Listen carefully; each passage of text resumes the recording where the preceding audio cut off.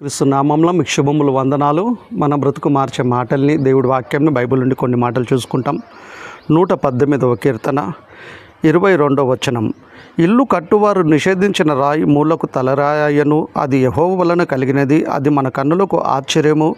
ఇది యెహోవా ఏర్పాటు చేసిన దినము, దీని యందు మనము ఉత్సహించి సంతోషించదము. యెహోవా ఏర్పాటు చేసిన దినం అంటే యేసుక్రీస్తు గురించి ప్రవచనం.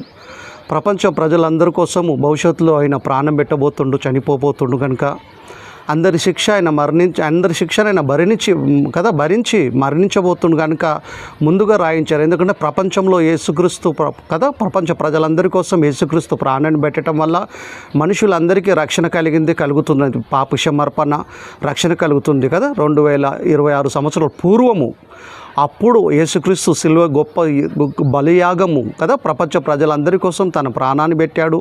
దేవుడు తన కుమారుడైన యేసుక్రీస్తుని ప్రపంచ ప్రజలందరినీ రక్షించటానికి అందరి శిక్షను ఆయన మీద మోపి అందరి పాపాలను ఆయన భరించి ప్రపంచ ప్రజలందరి కోసం ప్రాణం పెట్టి తిరిగి 3 రోజులకు దేవుని చేత లేపబడిండు. మరణాన్ని గెలిచిన ఆయన ప్రపంచంలో మరణం అందరినీ బంధించింది, కానీ యేసుక్రీస్తు బంధించలేకపోయింది. అంత పవిత్రుడు, అంత పరిశుద్ధుడు ఆయన.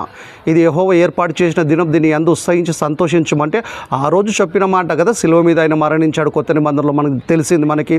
కనుక యేసుప్రభు మరణం వల్ల ప్రపంచ ప్రజలందరికీ రక్షణ కలిగింది కనుక గుడ్ ఫ్రైడే రోజు చాలా సంతోషించాలా, ఆనందించాలా మనము. ఎందుకంటే ఆయన మరణం వల్ల మన అందరికీ రక్షణ కలుగుతుంది, పాపక్షమాపణ కలుగుతుంది.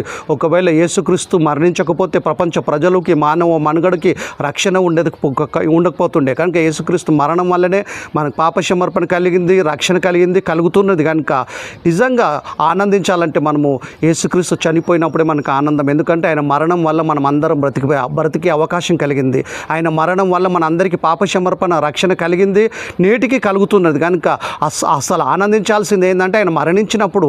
కానీ బైబిల్లో గుడ్ ఫ్రైడే అనే సందర్భం ఎక్కడ బైబిల్లో ఏ పదం లేదు, ఈస్టర్ అనే పదం కూడా లేదు.